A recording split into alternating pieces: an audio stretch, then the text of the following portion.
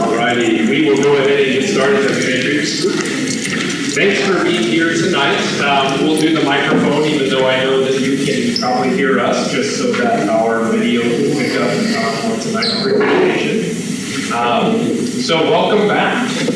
We last left off right at the end of June with our work, and now we're reconvening. And so tonight's purpose is really to, the big picture is to make sure that what we captured as we look back at all the notes and all the work over the summer is truly what represents what this committee has been working on.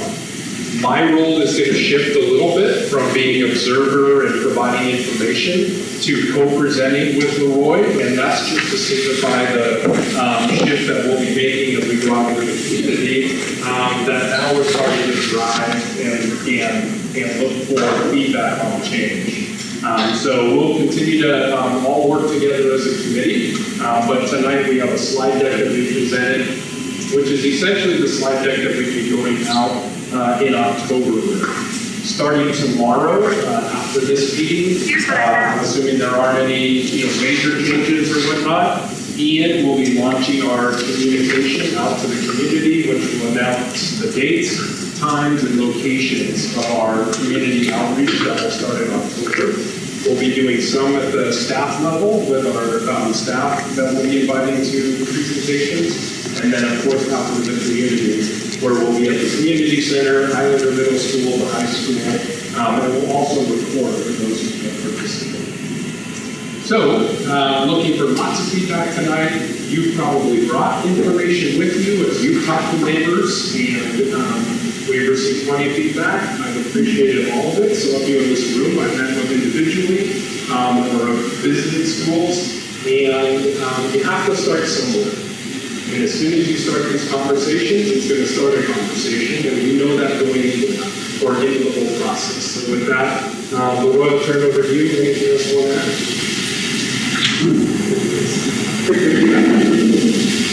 What I would add is,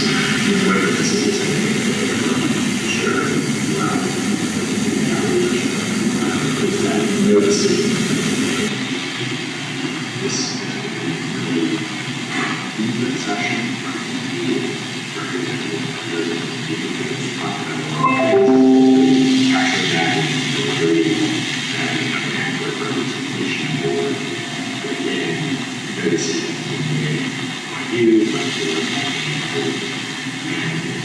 you know, hope is getting from people in the community, know people that very well just change. So, you know, the district and the board wants to get a representation to make sure that the long-range facility and the board of engineering facilities representation. So tonight, we'll take a few minutes right up front. We'll provide a good intro, let's get ready, and then we'll share really the full presentation, which is these topics here, which you've already seen.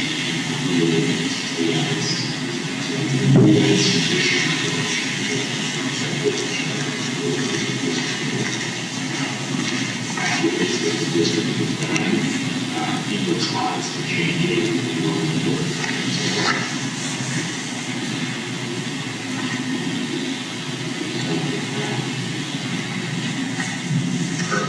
So one of the things, as people talk to me is, I hear things like, I don't want your job.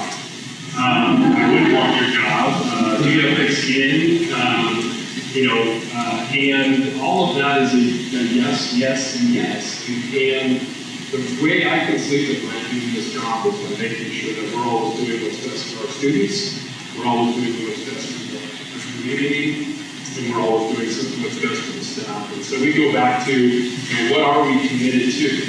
And what we've heard in this committee and what we continue to talk about with our staff is right in our values are we want really healthy, safe, supportive school environments. And as long as we're providing those, or striving for that, then we're aligned with those issues. We want rigorous, challenging learning environments for the students. We want to make sure that when our community brings friends and family to the community, or when grandparents come to visit, or relatives that we're prideful of the schools that we have in the community, that we're attracting and retaining staff by providing the very best environment possible for teaching and learning, that we're representing great stewardship of the resources that we have on our island. We have very smart, well-educated taxpayers who hold us accountable, and we appreciate that. We want to be accountable to our taxpayers with public dollars.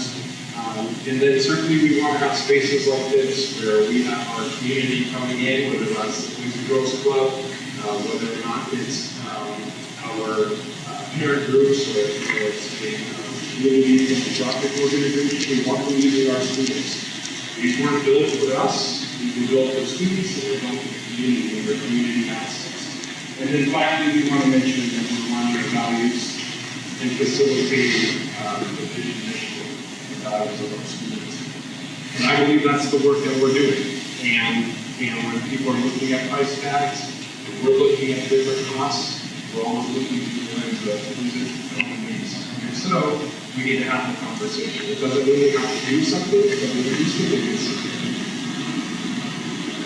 And so just reflecting, kind of thinking about my tenure in the district, so yours is longer than mine. I came in 2009, and so worked both as a principal, a director, assistant superintendent, superintendent. I've had a unique opportunity to view a number of projects that we've done. So we're going to remind our community. We have some community members who are newer to our to Mercer Island than others, but reminding them that they're back in 2010, 2011. A major project with the peak and that partnership and working together, and we still haven't been vocal with the Girls Club, with Becky over there and the peak, but that was a partnership, big construction. MIHS, we did the music wing renovation and addition over at the high school, and then looking at our stadium press box, we saved a lot of money with that one. Actually, Tony and the crew, we did a lot of that internally. A lot of construction on that.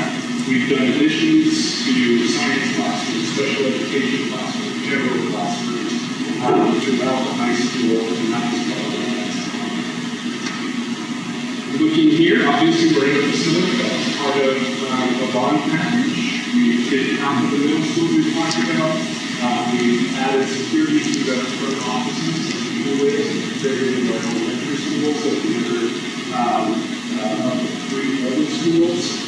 We've done the turf replacement in the high school, re-roofed our high school, improved the conditions in that building, and then we even extended some of that to the safety measures in our high school.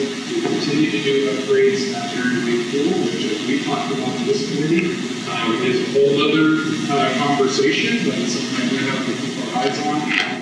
And then we did a number of things last summer and this summer that were more cosmetic than not, but they were necessary improvements. Some of them are aesthetic in our high school and our arts center. Some of them are less fancy. The electrical charging stations for our bus system is allowing us to electrify transportation.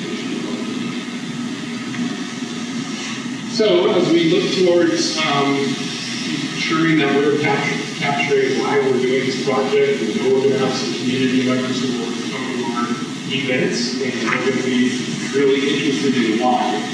One of the main reasons is operational expectation of learning. Our school board has 12 operational expectations of the superintendent, and they're basically one of those 12 most important things that the board wants to do is delivering on each year that are set. But we have to assure that our facilities are in a great operational condition for the students, and that we're all fully valued. And then, of course, we have an enrollment drop. We'll talk a little bit more about that. We have some new updated data on this. But we had an enrollment drop, and we have a small decline in our continue. We have state regulations, but it's been necessary improvements we need to make. And finally, we know that our current content is going to expire, which gives us the opportunity to future decisions. You know that when we go out for public outreach, there may be a lot of folks out there which may be wondering why we're doing this process. So we got what we share with our network. What really be some of the folks, the design program for our work, what we really relationship.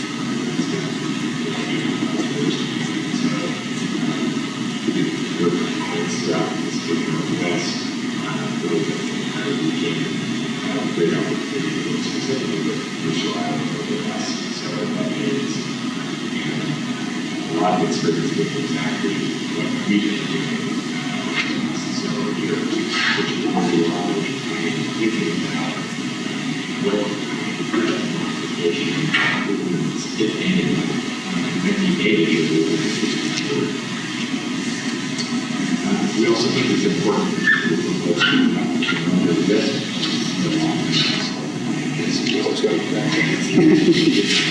Why you do this concept here for very few reasons. Because we will look for building on personally, why the comprehensive side. So we've seen that over time. We've talked about those areas of really understanding how the facilities and programs will be parts of the discussion. This is for right now, which is looking at capacity time,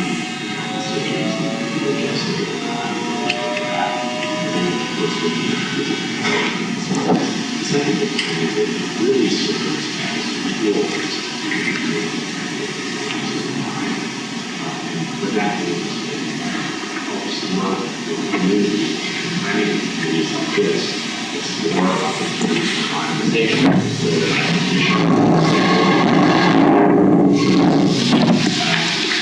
those are these opportunities for more efficient use of your sites and facilities, and that's a very important part of the discussion that we've been having, talking about. And it really, at its core, creates a prioritizing plan that reflects values of your ability to support projects. Nice talk.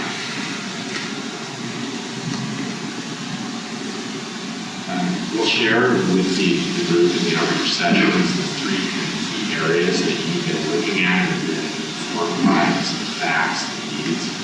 So the review of all education program, capacity and facility condition, how those needs are really guided by values of your community and the goals that you've set for education and how facilities support that. And just a real quick reminder of the basic approaches to facility management over time. The Band-Aid approach where you're just kind of doing knee-jerk modifications over time. There is no real clear strategic plan. We know that districts, no district we've ever seen work with fix everything.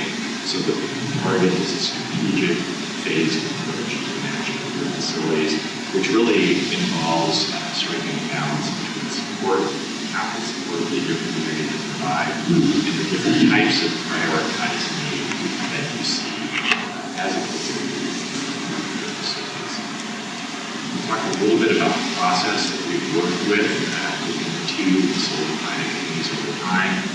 Make reference to the work that was done back in 2019 by the first facility planning group up here. And then we're also going to talk about the work that you've been doing. So it's really a long-range plan update and how a lot of the work that was done by that committee back in 2019 is moving forward in this planning effort. And there's very material added as well, so we'll be talking about that later.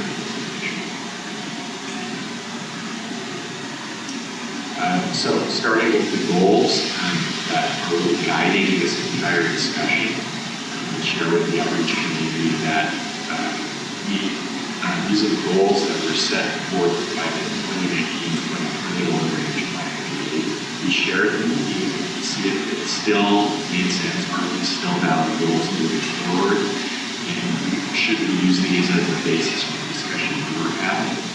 You added a couple of rules to these at the bottom, but overall, those goals were solid. They serve as a solid foundation, really the basis for discussion for you. Two goals that were added here. And we shared, we share with the outreach, the facility planning committee recommendations coming out of the 2019. You may remember that we asked you whether these recommendations made sense. So these recommendations they were looking at replacing 3 older elementary schools rather than modernizing them. Middle school replaced the older middle school buildings at some point in time, so that would happen rather than modernizing those older buildings. And then high school, because of its condition, looking at modernizing it when it makes sense. If you do modernization, it's really based on associated with condition. And you look at these and say, yes, based on what you've shown us, we believe that these are solid recommendations that we can use to build on these basis for our discussion. From the standpoint of district facility needs, looking at firstly educational adequacy and just one of the methods that we should review.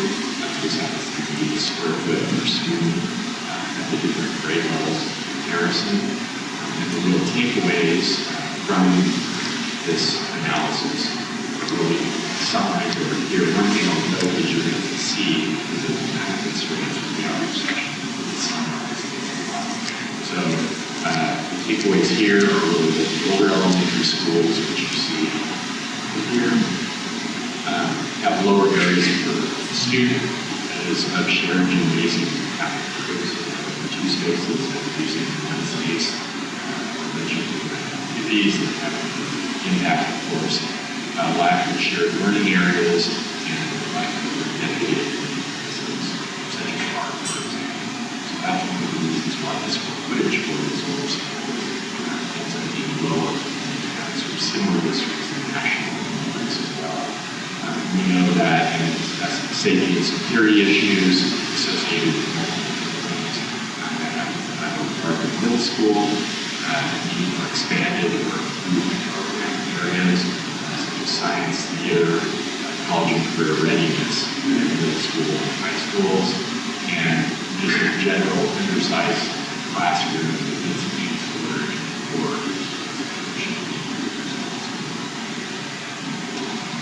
we also look at facility condition, and the key takeaways here that we all together were that the older middle school buildings, so that's 100, 200, 300 buildings, are in the worst condition of all of this that we have. They're followed by Island Park, Anchorage, and West Commercial. And that's using the state ICO's scoring system.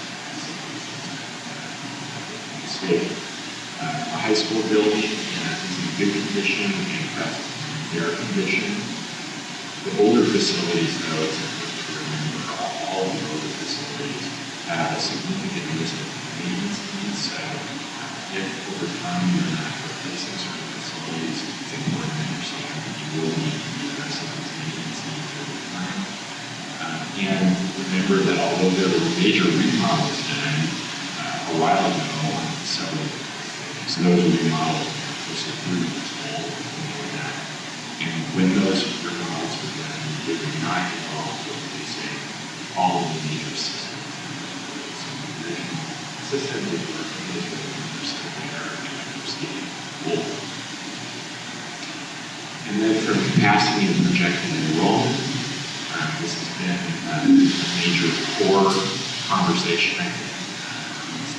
And some of the key takeaways are that by 2032, current enrollment projections indicate that you'll have 454 permanent elementary seats, 336 portable seats available at any time. So we'll have almost a full elementary seats available by 2032. You'll have approximately 392 permanent middle school seats available and 340 permanent high school seats available at that time. Student enrollment projections are looking at declines at all levels over the next 10 years. So a 7.6% decline district-wide, and that breaks out as a 2% decline in elementary, 3% at middle school, and 16% at high school.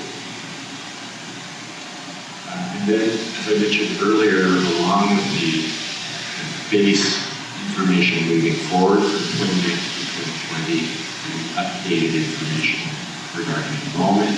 There were a few other considerations that we shared with you. So at the high school level, really the focus there for any modernization could involve potentially the ability to repurpose some of the existing space if you do have space on enrollment projections, more space available that can be used for programming, certain community socket. And we know that no additional capacity would be needed based on enrollment projections. At the middle school, if you were to consider replacing the older buildings at the middle school, the size of the replacement would probably be based on current enrollment projections. That may make the most sense, simply because it would be necessary to build a big middle school if you're not going to need it for the next 10 or more years in the future. So that was sort of the key point to think about there. At the elementary school, because of enrollment projections, there are actually two capacity options that we can consider if you were looking at replacing elementary. Those capacity options would be building smaller schools when we replace them, so 450 students, or looking at building larger schools, 600, being driven by the enrollment projection, and that's the core of this conversation. Another way to pool some work that's been done here with CapTech means that there's not much work or no bond anticipated for that because a lot of improvements have been made. Press Learning Center, replacing expansion is not needed because of the declining enrollment. And then also there have been some improvements made at Crest. Admin building, there are a few things we will touch on later, which brought to the surface that should probably be addressed in the first and second comments that Fred referenced to earlier. Basis of costs. It's important to understand how, if you're going to be identifying projects that would be potential projects to address the need, how do we arrive at costs for those, approximate annual costs. You will remember we talked about the Mortensen cost index. That was one thing that we were kind of keeping an eye on. And a critical bit of information here is that from 2015 to 2022, the costs were 62%. So that's just the reality. It helps explain that it gives you a feel for why costs are so high when you identify these kind of level projects. We also, mailing the school district with emergency cost estimate, took a look at actual costs for construction work in the Seattle area to fact check. Yes, is that aligning with some of the tracking? And our numbers indicate that yes, we are tracking together. So you get a sense of the costs for 2023 now in the Seattle area. And really the bottom line for that is to bring it back home. We shared this with you, is that if you took a Northwood-like project, so 2015 Northwood at 406 students, total project cost approximately $43 million, escalated current costs based on the Mortensen index and also what we're seeing in the current Seattle area, you might expect it to be around $74 million, but you're not building the school now, it's sometime in the future. So we're not suggesting that you're going to be building an elementary school in 2028, but we just use this as an example to say, if that's what you did in the future, you can see what the implication is on future costs for that. And then in planning work, this is where the planning is starting to land. You had discussions, all right, what if anything should we do about this need? What other types of projects that might be put forth out there to consider to address the needs, not necessarily any of these, but potential projects. So you remember elementary schools looking at replacement at either 450 or 600 student capacity and associated costs for either side of facilities. You'll remember the logistics premium if you wanted to construct a site on an occupied site, maintaining the site occupied, and below the line. If you do not replace an elementary school, a series of projects by site that could be done associated with modernization or other line items like the state requirements for reducing red. So red is indicating really probably to be the middle school, replacement of the 100, 200, 300 buildings of potential, or replace those. Some of the modernizations might do a high school building, state improvements here, and again, most of the projects could be associated with the high school program related, directly program related. So either repurposing existing space or really existing programs. Similarly, at Crest Learning Center here, and then I mentioned earlier the admin project sort of in forth, particularly with accessibility and also life safety improvements as well. So after we had identified these projects that could be considered to address the needs that they identified, then you could talk about if you want to do anything. We ask these core questions. Do you feel that spending the capital approach, potentially pursuing a bond, made sense or not? Yes or no? And if you would have said, no, we didn't, then we would have been done, and we would have proceeded with questions to agree that everyone agrees that this is something we should consider. So then the question is really, what should be done first? If you were to prioritize the work that needs to be done with other to be seen, and how much do you think for community would support? How big would that amount be? And that led directly into the planning review. And this represents the different work groups that we broke up into. So you recall that there were two larger bond approaches. One in place in the school and the elementary. The second large approach was replacing two elementaries. And there was a smaller bond approach, which just looked at replacing only the old buildings of the middle school. And then we had a subsequent discussion about whether or not there was ever a case where we might look at only doing a small bond that replaced the elementary school. And one of the things that we observed here is this kind of interesting takeaway is that each plan that included an elementary school contemplated consolidation, thought about maybe this makes sense, given what we've seen. Why we know that these did contemplate consolidation is because each of these plans looked at replacement at a 600 student school rather than 450 school. And the only reason to do that is think about maybe perhaps existing outline and build a larger school to accommodate that. And the two plans that identified only one elementary school for replacement showed the labor as that single elementary school. So these are just observations we saw coming out of the conversation that you had, kind of the plans that started building out from that. Again, I want to emphasize here that we're not saying the decisions have been made around this and have not been made. These are just representations of the conversation we've had. And so, what were some of the conversations around that kind of central topic of 450 versus 600 elementary? Again, all groups that included replacement chose to look at consolidation, and noting also that one group did not include elementary replacement. So that was the folks who were focusing on middle school replacement buildings. And remembering that the district is projected to have 2032 over 54 permanent seats available, 336 permanent seats available.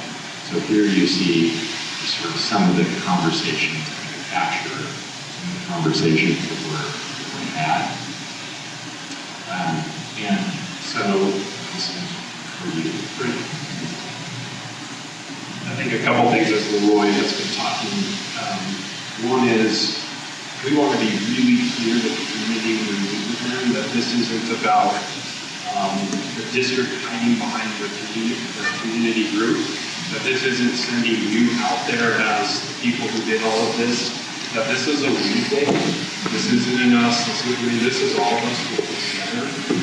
And so that will be really something that I will emphasize, just so people know that you're aware of a lot of information that many of the community members are talking about, especially when you talk around the discussion that you had, that you've already facilitated, which is what are some of those choices that you make or can't make when you go to build a school if school's in session like next week.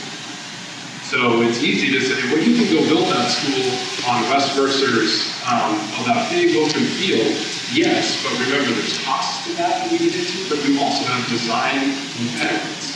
This school is a perfect example. The fact that it's on a corner caused, and David was an architect that helped us along that, and Brandy, we had specific conversations that the design of this building had to take into account that we were on a corner, and we didn't just have a big open lot. So some of the design that you see reflects just where the land that we were on. That's always the case. And so when you're trying to build with school in session, there will be certain choices that have to be made. And if we build with an open lot, it's something you can make other choices. And so you know a lot of that. The community doesn't know all of that, and they won't always remember that we think about a lot of things, and they give you all a lot of credit, and they give the district a lot of credit. But as we get into here, things that kind of were colliding this past spring that I think our community really needs to know, and that is demographic projections were all coming in. Our board gave us the direction that they didn't want just one demographic study. They wanted two. The board wanted a second opinion, just like a medical second opinion, to make sure that what we were projecting wasn't just based on what we've always done, but it's going to be what we've always done plus an affirmation. We obviously have our facility conditions that we continue to look at and we have to take into account. We've got some things that we need to either act on right away to do some needed improvements or some things that we're not going to do because we're going to be making other choices. And so that was hitting us. We know we've had budget and financial challenges and thinking about any savings is good savings. And Matt would like us to save a lot more. I always like us to spend a little more. We have a good balance on that. But at the same time, we know we have to continue to restore fund balance. And are we operating all of our schools as efficiently as possible?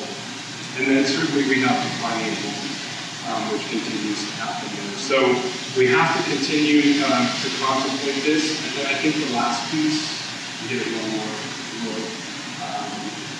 The last piece that I don't think we have on there, but I'll put it back on there is we can't forget that we don't operate with that. And our friends to the east and to the west are contemplating consolidation. We know that Bellevue opened up this year with 2 fewer elementary schools.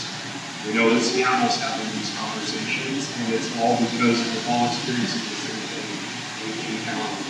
And so to illustrate that, I think this is a slide that's a new one, but I want to start putting it out there with the community just to kind of show what's happened over time to contextualize the decline in enrollment.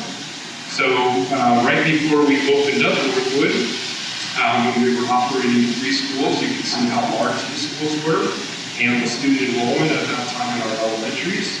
Then you can see what happened right after we opened up Northwood. Slight decline, but nothing significant.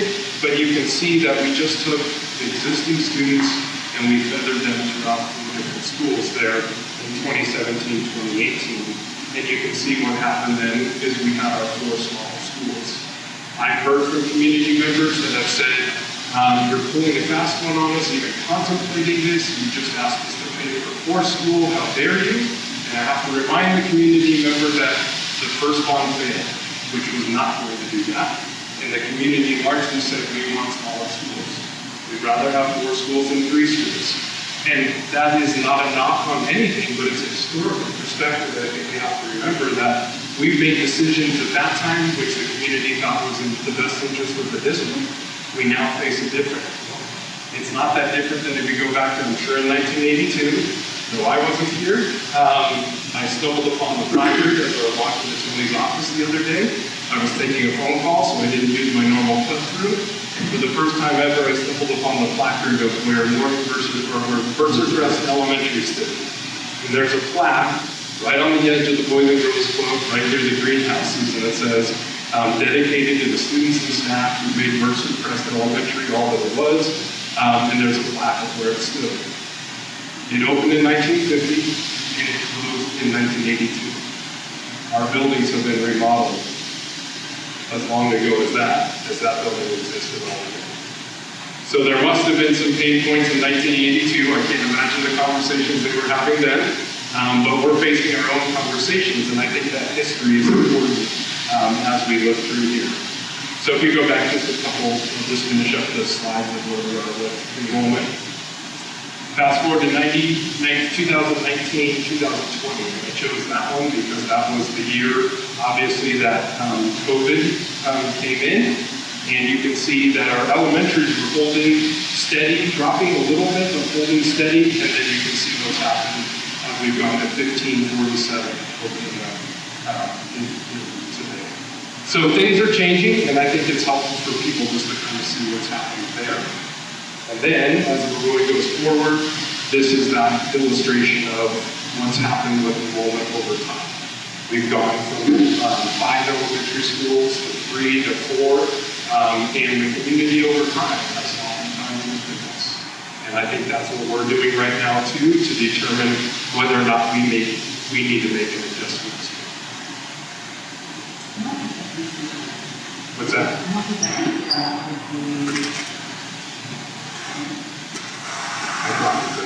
It's not, maybe, it wasn't an element.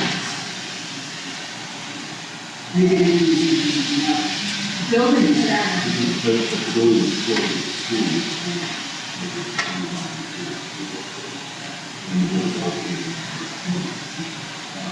It was not an element. It wasn't an event. It was not an element. We'll look that one up again. We have had discussions about that, but we'll look that one up again. If we go forward here, I think it's important to kind of see what was happening with our demographic studies and projections in the past, and that our projections have been fairly correct over time, with the exception of when we saw the new change after we lost students to COVID. And so now we have a new reality with our new projections. Obviously they're projections and we'll have to continue to watch them. But if we take a look at just what happened between our seniors who graduated last year with roughly 378 graduates, only replaced with 187 kindergartners, we can see that we're probably trending towards that downward enrollment with those birth rate changes as well as housing.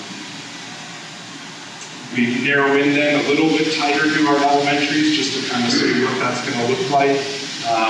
We're going to have to make some adjustments over time and decide as a community. Do we want to live with 4 small schools that with the challenges that come with that, but also the successes? Or do we really want to start thinking about a different choice? And that's really all that it is. It's a value proposition. And we'll talk in a little bit more about that. So in getting into that, this is the value proposition. If we start looking at 4 elementary schools, we know that we've maintained the current communities.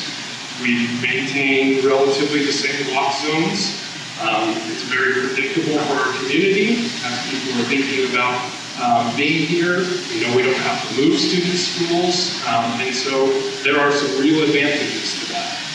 On the other hand, we've also heard that there are things like, are there economies of scale? Do we have the most robust services? When we have to reduce librarians, like we did last year, in the amount of time our librarians in our schools, I certainly received lots of community feedback about that. And it's not that we don't value librarians, it's that when you don't have 600 kids in the school, and you only have 350, you don't need that same number of librarian hours. You don't need the same number of classes.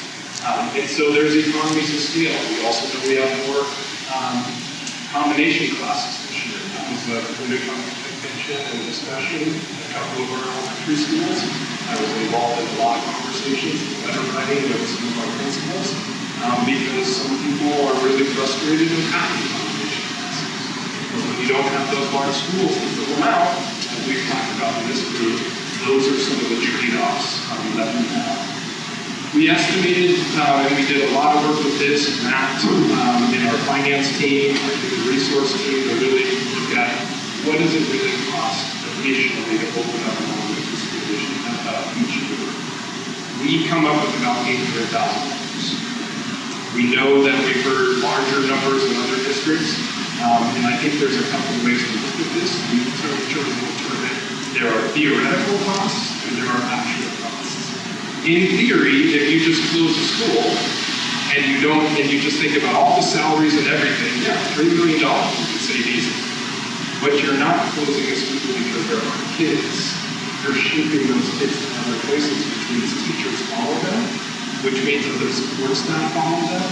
If you were to close a school, transportation is about a wash. There are negligible needs because you're now transporting kids to different places. You start looking at your administrators.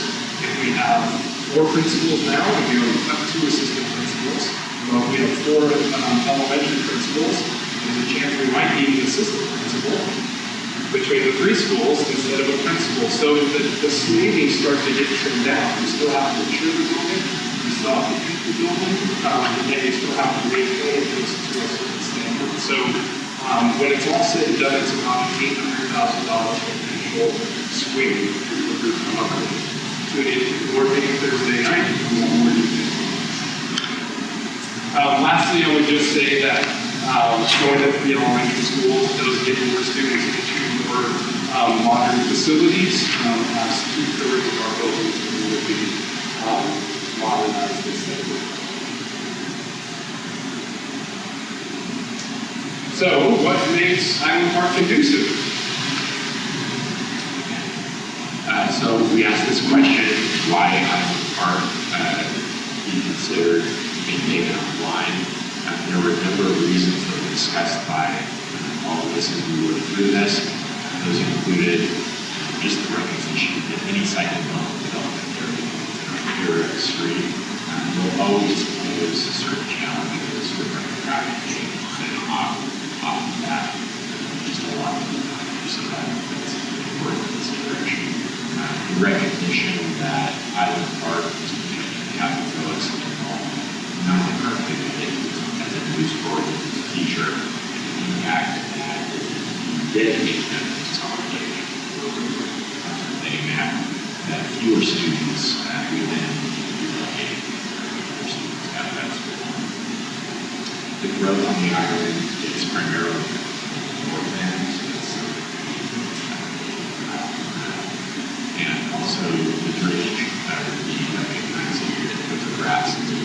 There are some challenges, and that would be bisects the site. It's not to say that you could not build a new school. You could add a whole line, with these cost implications to that. So these were just some of the conversations that we had as a group, and we added a couple more considerations that we sort of saw afterward, and we put that forward as things that we specified in the so you see those there. What makes the bridge candidate for this and why was it selected at the school?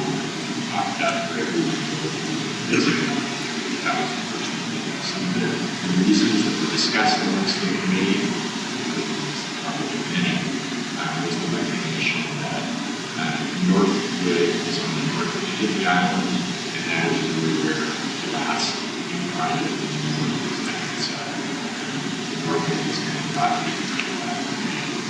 newer school is something that the recognition that Blue Ridge is in worse condition than West Mercer based on the HICO scores and those numbers that's in the condition chart. It's a little worse than West Mercer. And then also the idea that Blue Ridge has less desirable program layout than West Mercer. That's where they are looking at is Blue Ridge is sort of no one is not community and sort of breakout areas and all, classroom space. West Mercer, while I is a little bit better for its standards. One or the other,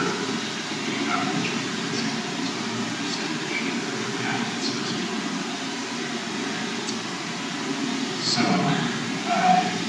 after you develop the plan approaches and thinking about it, it now takes time to sort of see where everyone is going. And we ask you to think about this in two ways: white cards, what you as an individual, knowing what you know about all the needs to discuss, how to do discussion, which one of these plans made most sense to you and why. And you can see with regard to the white card count, ended up receiving the highest number of votes for the highest level of support from each of these ends. With 13 votes, B received 4, C received 1, and nobody supported last speaker. We also asked you what you thought the community tried to do, first of all, what you thought the community those two things would be very different. We recognize that. So those were the yellow cards that were based upon approaches. And by lead votes, candidate votes, sort of movers, so to speak, if you want to call it that, we'll see the most support from A, the community will probably get us about this is C. It is the smaller one. It is the approach that and when we dug into looking at the cards and why these here's an example of what we heard most recurring. This isn't to say these are the only reasons why, but we wanted to just highlight at the time what some of the big reasons were. So scenario A, where many just take us to us, the current reason was we finished the middle school, we finished what we started, and we think it's important to look at lines and improvements at all of the school levels. So you were replacing the older buildings in middle school, you were replacing one at the elementary level, and making room at high school. So each of those levels was being matched, and that's the reason it was given. For scenario B, those folks that identify that, elementary schools are the highest priority. That was introduced to why safety learning condition. And really, remember, we felt that the cost of these two amenities is really not that much more than asking the community capital support than being. C, which received the most support from looking into the teachers that the community might support. The main reason is the cost rate is more likely to be spurred by the community. It's a smaller one. It's a recognition that they think the community will support something of this size. And also the idea that the community wants and expects to see completion of the school. That let's finish what we started. And then with scenario E, cost rate is more likely to be supported by the community. Again, that's because it's a lower cost on and the idea that the schools are needed replacements to start.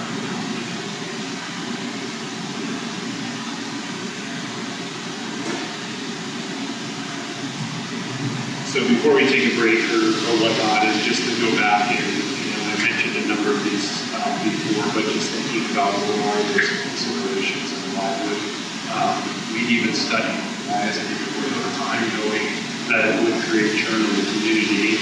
We have to weigh them against all of these things. We have to weigh them against what's happening potentially, weigh them against the budgets, weigh them against the projections, weigh them against the values of the community in terms of split classrooms or larger programming in our schools, PTAs that can generate more participation and more revenue versus smaller PTAs. And then thinking about, there are cultural, there are social, there are political, there are economic considerations that everyone will enter these conversations with. And this is where it really becomes a cost benefit and it becomes a value proposition for all of us. In the end, my only interest as a superintendent is to make sure that we do what's the best thing going back to our values for our students. We do the best thing that's in the interest of our community, and that we continue to be able to attract and retain excellent staff for students.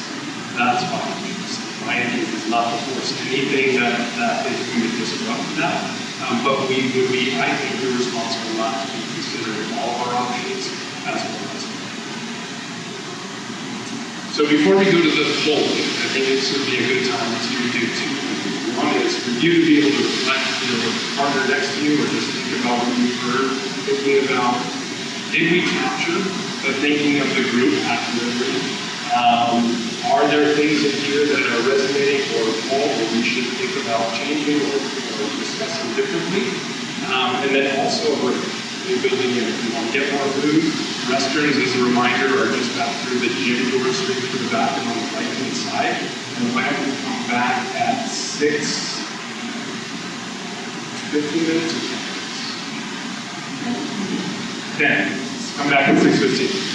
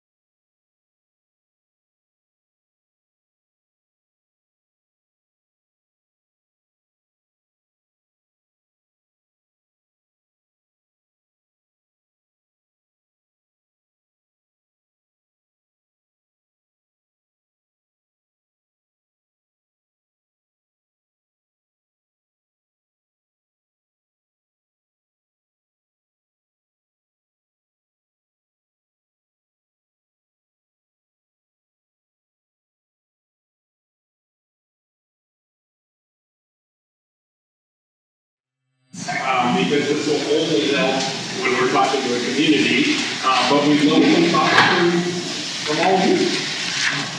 Yeah. Go back to the microphone. Just for the audience, just a little bit.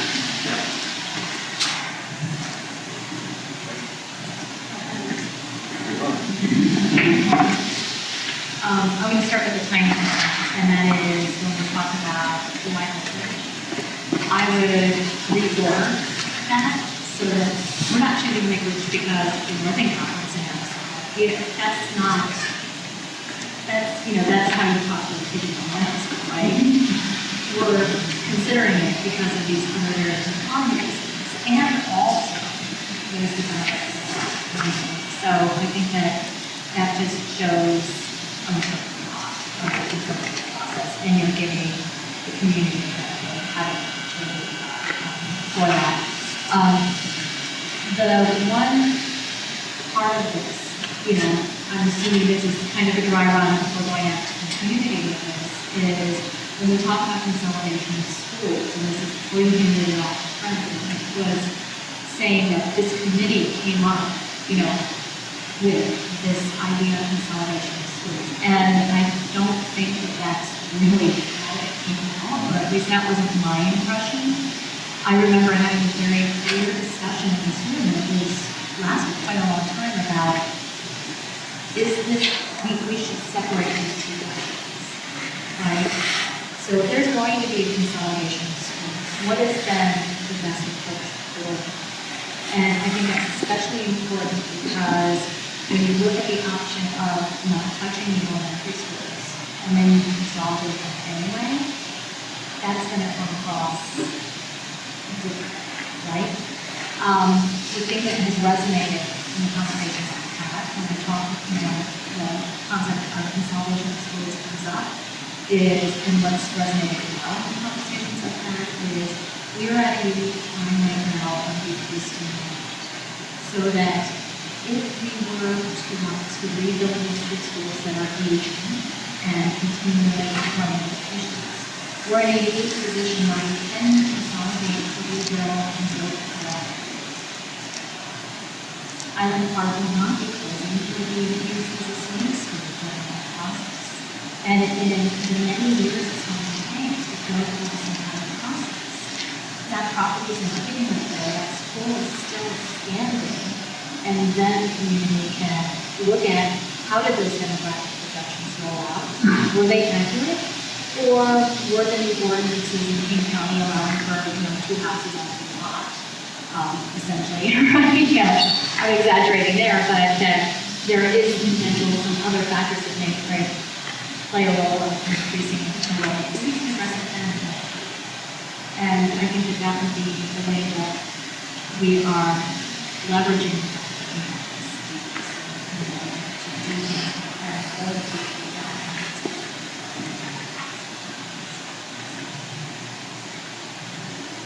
And then just building onto it, I remember the conversation here was separate. Then everyone went away, and you started getting feedback, or some of you did, which said, you need to consolidate, or I'll never even consider the new school. And then the conversation you started having, and then the Bellevue really took off. Then we were at the high school, because we couldn't be here for some reason, we went to the high school, and that's when then we had to have that conversation there. So it was kind of this build as we went along, and then the 5th meeting, and I told the community members this, I'll own it, I pushed for that 5th meeting because we were having those conversations that we needed to confront that and talk about. And we took the slides out, but as you recall, all of the if-then scenarios. If this, then a kid would move here, then there, and there. That kid would move 3 times, that kid would move 2 times. Director Lurie was just reminding me that her sister moved 5 times in 5 years. In the late 80s because of school consolidation. So we have to consider all of those things, but thank you.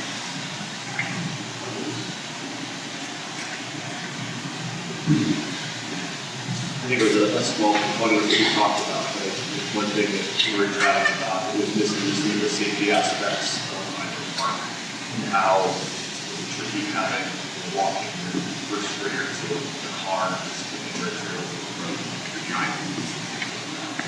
I think that's a small but not insignificant component of when choosing which of the 3 older elementary schools to pull off on occupying, to look at the other 2 schools on other safety measures that are ER guy. I'm like, just fix the road. So, one of the other things, I know that no decisions have been made yet at all, and I'm saying that there's still, perception that the decisions will be made as well. So I think timing and, I don't know if that makes it more likely that feels like it's done or not, but timing for a bond measure potentially, if this approval allows it and all those things, and timing of when these things might happen, right? I think that helps maybe, maybe tomorrow, all of that, but,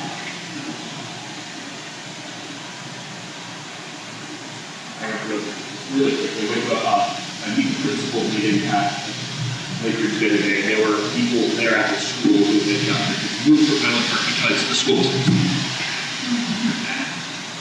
Didn't want to be at a school that's going to close down.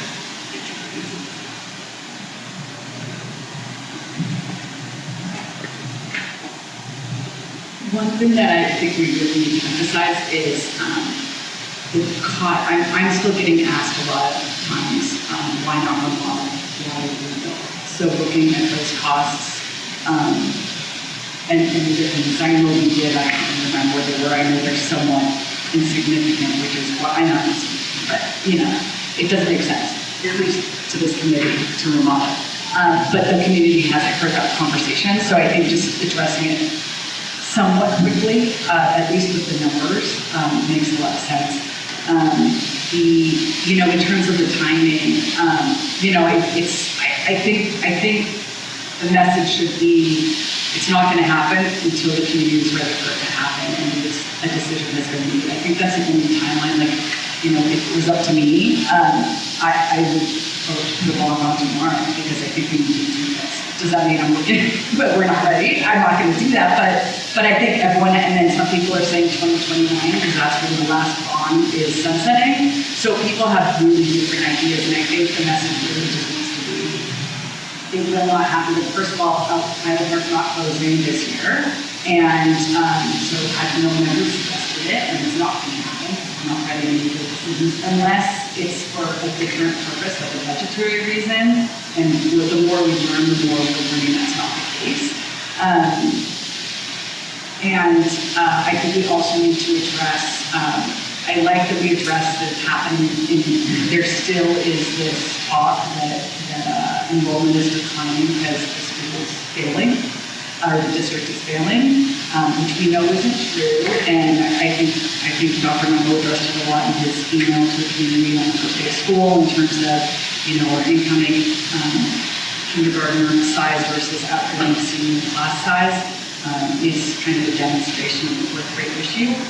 But looking at the percentage enrollment drops of the surrounding communities and just have a graphic that shows, because, and I think we can, in doing that, also need to address that we do a good determination on open enrollment every year, whether or not it's the right thing for our district. It's been the answer for the last 10, whenever last we did it. But that we do make that determination and look at all factors. And then actually, there's laws we have to follow if we can do open enrollment. It's not just that we can pick the best and brightest from everywhere. You can't do that. There's lots of rules about it. But that it's something that's being considered every year and will continue to be considered every year. We get a recommendation from the superintendent on whether or not we should do open enrollment the following year, and then the board votes on whether or not we want that recommendation. So have those conversations, and it's and then all the building conditions is there's just not. I had a great conversation with someone, and she's like, I don't believe you yet, but I would do my research in terms of the building conditions and about how bad they really are and why we need to saying a lot of the things, but people don't so they really have, building conditions is declining. reason, I mean, if our buildings were in good condition, we wouldn't be having the same thing.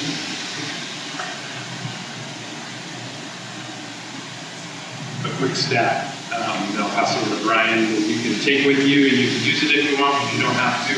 But of course, I'm not very fun, so on the weekends I often think about these things. And so I went back because I happen to continue to hear that our schools are closing and everyone's leaving for private schools. So I went back and did some digging this weekend. In 2018-19, again, back to that year when COVID wouldn't have been an impact, 4.5% of our students who were enrolled in the spring didn't come back in the fall. Okay, so 4.5% of our parents either moved out of state, chose another school district, did something else but come back. So these would be kindergartners through 11th graders who would have returned as first graders to 12th graders. First year of COVID was I'll have it in this, I think it's 7.1%. Second year of COVID was 7.7%. Then we went to the following year.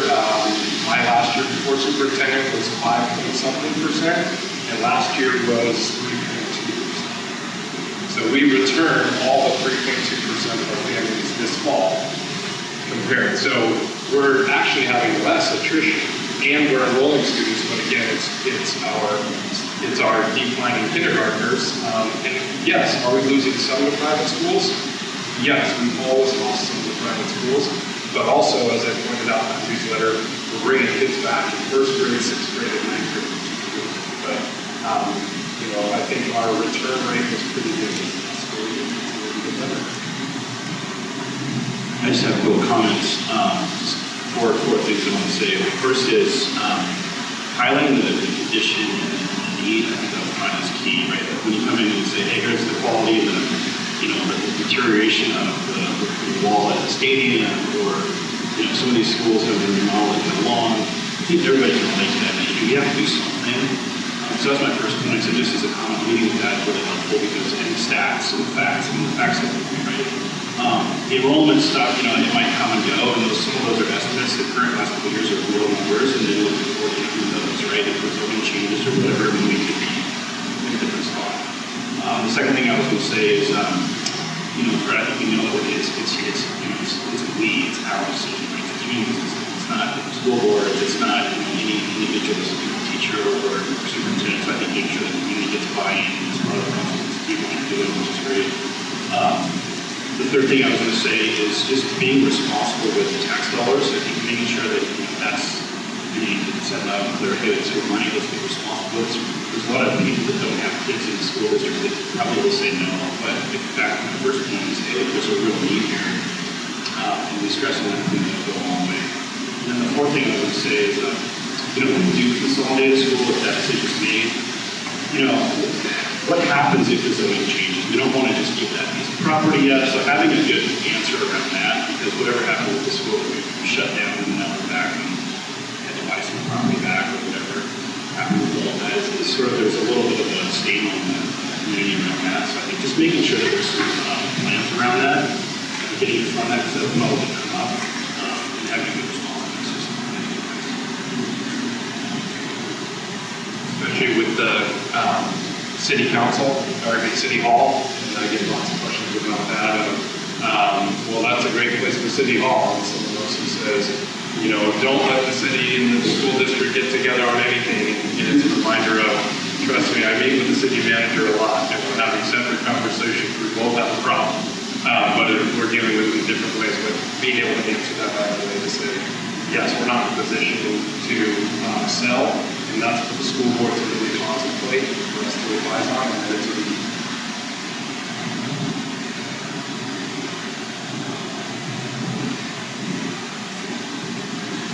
just a suggestion or just my thoughts on approach.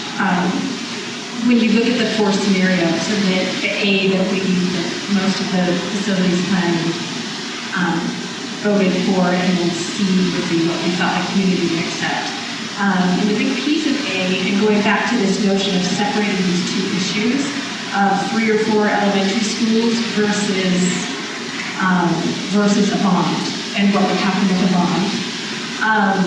I feel like, and I guess I'm just going back to A, and I feel like it would be helpful to note in A, and I did just do extra emphasis on A starts with the middle school. It doesn't make any promises about what will happen with the elementary schools. So whether they're rebuilt or whatever happens, if the first phase, when you talk about timing, is to start with the middle school and the high school, that gives more time for community input and discussion. It doesn't lock anybody into any kind of a final scenario, and really, I think, shows more transparency and gives an opportunity for whatever discussions need or want to take place.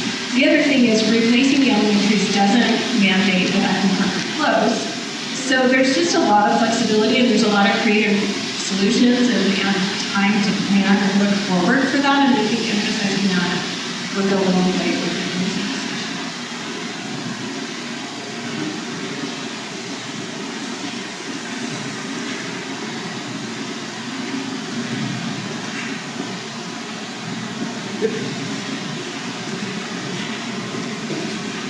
One thing that I know people will obviously contact me or talk to me about as far as obviously the consolidation thing, that I think is a sort of hit a nerve where again, we'll hear something true or not and go with it and like to talk to people about it and put it out on the internet or wherever. But I think, obviously I'd encourage people to come, as soon as they hear about these, the dates and times and that sort of thing, being able to come and give their feedback and that kind of thing. So I'd encourage people to do that, as well as trying to say there aren't any decisions. I think that's the other thing, really, that we are trying to get the community buy-in. That's the number one thing. I think that should be the overarching meaning, if you will, is that no decision is made, and that's why we're having these meetings and this kind of thing and whatnot.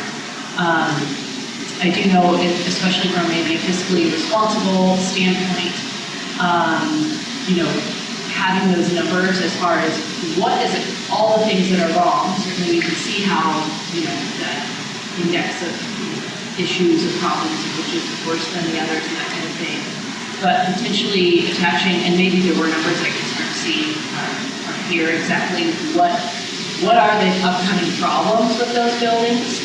In other words, obviously there are some big issues and big problems. There already have been things, I know, like in the middle school, that they had to do because they weren't able to replace the entire middle school, so they had to dump money into an already kind of subpar facility and building. So I think people could see that, and you relate it to, like, I had a house that had this whole laundry list of things that needed to be done. Should I rebuild that house, or should I replace all these things? Which is the better investment long term? Because obviously rebuilding is going to cost more than replacing these things or upgrading or remodeling, if you will. However, what is the better long-term investment? And I think you can maybe, at least for the people who are maybe voting with their pocketbooks, if you will, and that may be a lot of people who don't have kids in school, maybe they can see that from that perspective. And then also going back and reminding people, how old those buildings are. That they are, they were built in the 50s.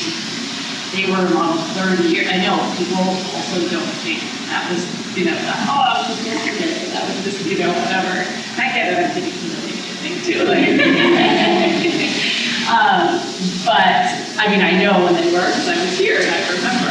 But even still, reminding people and what transpires, and that they can't actually be fully modern. You could not remodel any of those into a north, right? So you couldn't make a Westminster into using the existing footprint. It's my understanding. I think yeah, right, okay. Point being is that, again, from a fiscally responsible, what is the best sort of long-term use of funds with the buildings we have. The only other thing that I think, to address is obviously, we were discussing this before our enrollment, right? So, obviously we're having a different conversation now than we were having pre-COVID. So, what we would be talking about, we would finish this, had we not had COVID, and we'd be doing something, whatever that something was. However, we're obviously in a different place now, and it does, and it wasn't that long ago that we were talking about our schools are overcrowded. There's, we gotta go this, we gotta do this. So, the sky was falling one way, or the sky was full, and now we're talking the other. And of course, some out of our control, perhaps, some not. And so just, I think, reiterating that as well, that this was underway before, and now we're having different conversations, of course.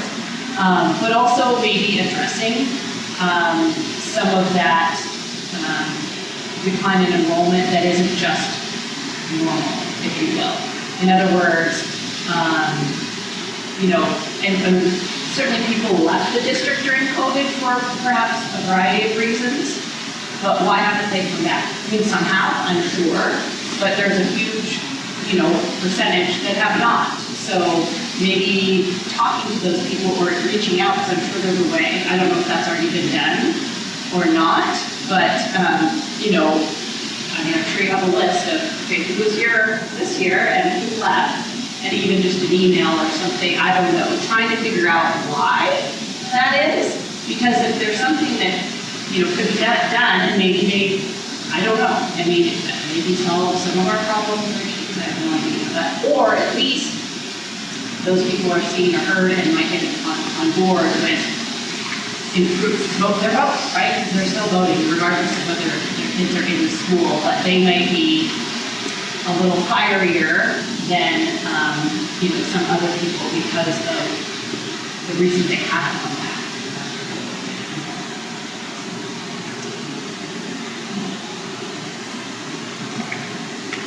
President, I want to say thank you for your teamwork and the great presentations throughout rehearsal. I think that information presented is very clear, consolidating for communication, very transparent. And so I feel like you listened to us, heard. I also trust you tell us.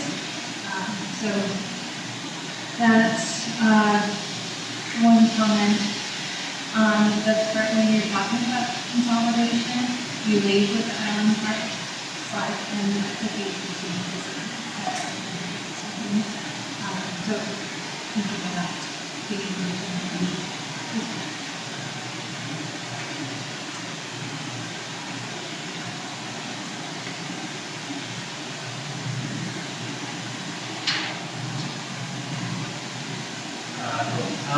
Yeah, I guess a few comments. I think certainly historical enrollment data is powerful because it shows that trends are goals and costs.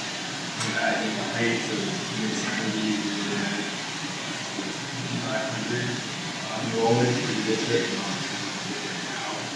Some of the questions that I have, I think one is under cost basis. It looks like we take construction cost index increase dramatically over a 7-year window, and then index back to the cost of market.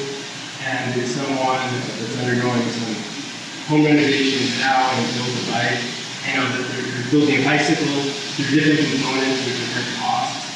And so seeing a number rather than a range just doesn't necessarily afford with my understanding of the range in which construction projects at.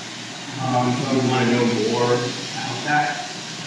And then the second is the middle school, at least more like the argument to be completely started. I don't personally find that persuasive. I think there's other arguments that are better. But the completed started need sort of sounds initially attractive, but it seems a little bit empty along with sort of things.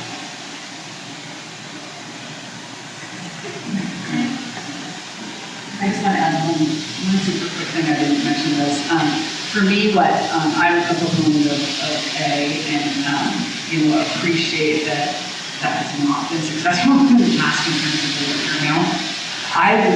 What convinced me of the larger amount was if we look at the numbers and the cost, it's less than $100 more a month for a family in terms of the bottom line with the smaller bond to the larger bond. And so for me, I mean, that's at least how I make budgeting decisions, is how much you get for it. There's a lot of people that can relate to that. So that's just a real number out there that really, monthly costs for our own bills is really difficult. I was going to say something similar. I feel like the graphic that represents that shows what the different costs per thousand are of each of the different volunteers. And I think tying that, I think bigger. I think it's 3 different sizes of a lot of people. And I think if you tie that to the way existing market makes sense at, you can start to get pretty much a picture of what's going on. And you can see the impact of a lot clearer, right? And you can more process and construction process sooner.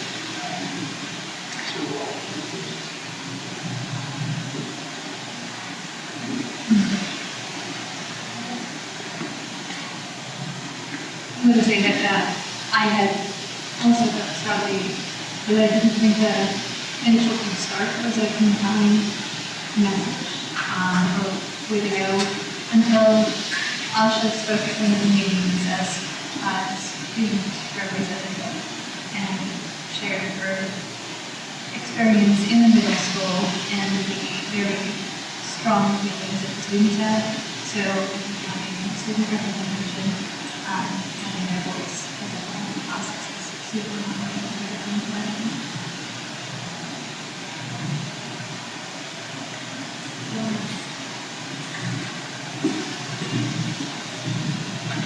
Just one last point. When we talk about finding enrollment and the students that did return to the district and the rationale and reasons for that and why, I think it's important to kind of couple because, Ralph has said this a million times, we care about the educators and the education that children are getting, the academic rigor, and the supportive environment that they're getting inside the schools, not the buildings. And the curriculum decisions, how we're teaching our kids and what we're teaching our kids, we're not stealing from computer equipment. We are not going to be impacting the budget and the money that we spend on curriculum and the quality of the education and the improvements in the quality of the education in our home. And I think that argument is something that I have heard through social media and other channels, and I think it's important to get in front of that to say, this is not what this is about, right? That's a different issue, that's a different problem, and we are not going to be exacerbating that problem by proposing this one. We're not going to be impacting any improvements of education in how to teach kids and the quality of the teaching staff. That's a separate part.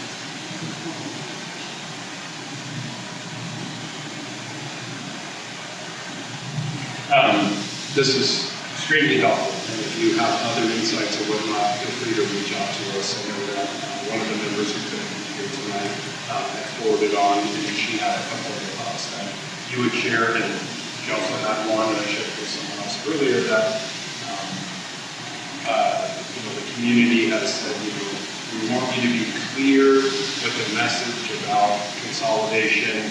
We're so confused, there's so much information. Just remind people what you said, which is if you don't read the information on social media and go to our website and all the work you've done, it is really much clearer, or reach out. But I know we continue to kind of work on that, and I've appreciated this group all the way through because everything you re-emphasize things that we didn't emphasize enough tonight, just to say, yes, that's the perspective of the committee because that's what this is about as we go forward. So the last thing we'll do with the community groups that come forward, is we will be polling them into the meeting. We'll have 8 different questions with an opportunity for short response for them to write into. We're working on finalizing the contract with a vendor to help us with this process, and will allow us to not only poll within the events themselves, but then also put up a public-facing poll for those who don't attend. They can watch a video and then respond, and we'll be able to have them all together. We'll be able to pull all the data together, but also separate them out so that we can see at this venue, this was the general theme. At this venue, this was the general theme. At this one, and then online. So we're really looking at some, I wouldn't say the most sophisticated or more sophisticated tools so that we can get a really good idea about what we're doing as we go through.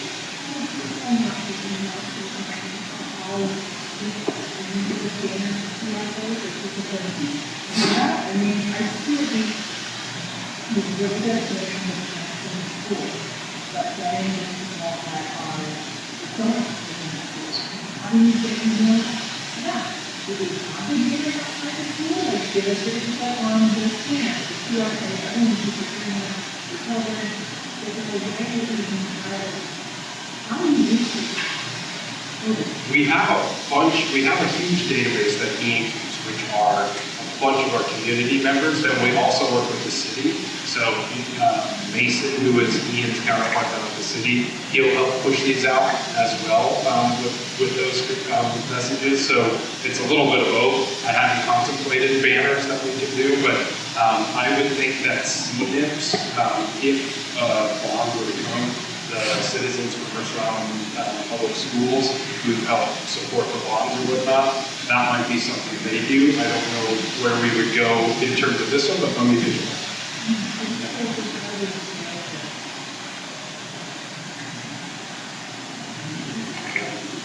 Absolutely. For the people I know, they're going to have to be required to watch, get accurate information in order to have an opinion report, right? I think that's essential. To the extent we can control that, yes. But in terms of being able, I mean, I know from experience that when I put stuff out there that said, please do this, it gets forwarded through and put on Facebook anyway, and people just do it. So I don't know if there's a way to unlock it exactly, but that's why I want to know who's doing it when. Like, if we're gonna have a Right. vote, I just want it to be based on reality and it's just frustrating. Everyone can have their own opinion, I don't have a problem with that, but, and so maybe do some sort of, like a step by step, like not video, but like, or give information and then ask a question about that information. And then at the end, a conclusory thing, but, like, I would give the building conditions and then how strongly do you believe this is going to be like, you know what I mean? I know what you mean. I wanted useful information and not. Yeah, well, that's certainly why we're going to separate them out, so we know who's coming from where, and what's happening. Dave? Some days are better than others, let's be honest.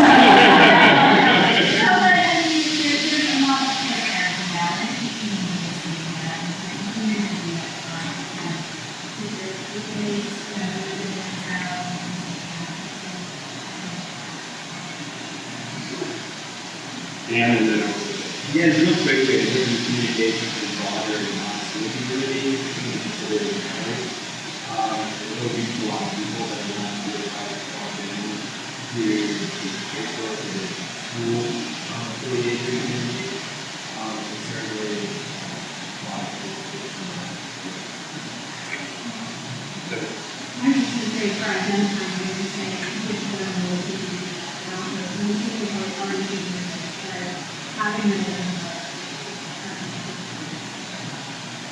what do we have? We ask. If we ask, do you have kids in school? Which school do you most affiliate with? So we do ask some demographics. Leroy, I'll give you closing thoughts. Actually, before I get into it, I'm going to thank Brandy and Tony, Andrees, Matt, Ian, and then you've never met Jennifer, who is Leroy's colleague. She works behind the scenes on all of these. She's very patient. When people like me, that if you wait till the last minute, it only takes a minute. Sunday, I'm still working on this. I sent it to her Sunday night. She was supposed to have it on Friday. She's still got everything to go. So I really appreciate the team that's behind this that meets literally every Monday after these meetings and then in between meetings to make sure that we're preparing and getting things that are accurate. And then just Leroy, thank you. I know we've got a long way to go still. David for coming out as always. Yeah, I don't know anything that, I don't know if you mentioned it, but we're kind of planning on breaking this up into 2 pieces of first 45 minutes, maybe we'll be trying to share this information in an hour, which will have real part of the whole, so that it's very collectible information on a specific part of questions, and then it will be so we don't have to reach about an hour for open Q&A, so people can in the group hear each other's questions, put the pressure on us where they feel pressure should be put on. We have the answers which we get to, answer the parent, and then try and go get the answers and get it out. So that's how we're trying to reach as many people as we can to your needs and how to reach folks. And listen to them and just realize that some of the things they say are probably input into their plan. That's the edge.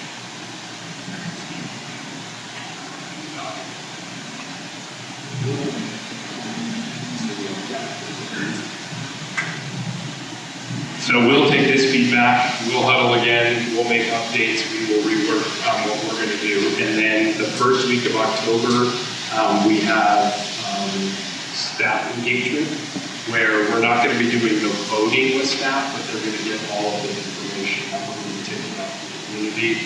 And it will have opportunities in the morning and the afternoon, so staff with different either work cycles or home commitments can make it, and then we'll make that available to our staff. Then the following week, which is the second week of October, we'll be at the middle school doing a community presentation. We'll be at the high school doing a community presentation. Those will be the evenings. And then we have a morning presentation kind of after drop-off for the elementaries at the community center. That one will be a webinar style. That one will be hybrid. So we'll be both in person and have people online for that one to accommodate schedules for that. And then we'll be taking in all of the data from those, crunching that, then we'll bring everyone here back together, and we will present back to you so that you see kind of what's happening. The board will get another update along the way as well. And then I believe it's January, that's the final update to the board that we have on the calendar. So then we'll do the final community presentation of this portion in January of kind of where we are. Again, I don't think that the board is going to be in a position to take any action at that meeting. That will be basically the second and third meeting with the new board members. We'll have 2 new board members by then. But then the board will have time to contemplate what we think, and then either give me direction to do something, continue on, or to go somewhere, or we'll make decisions. Catching that all from the members. All right, we said 7 o'clock, we're going to make it. So have a wonderful evening. Thanks for coming and all your input, and we'll see you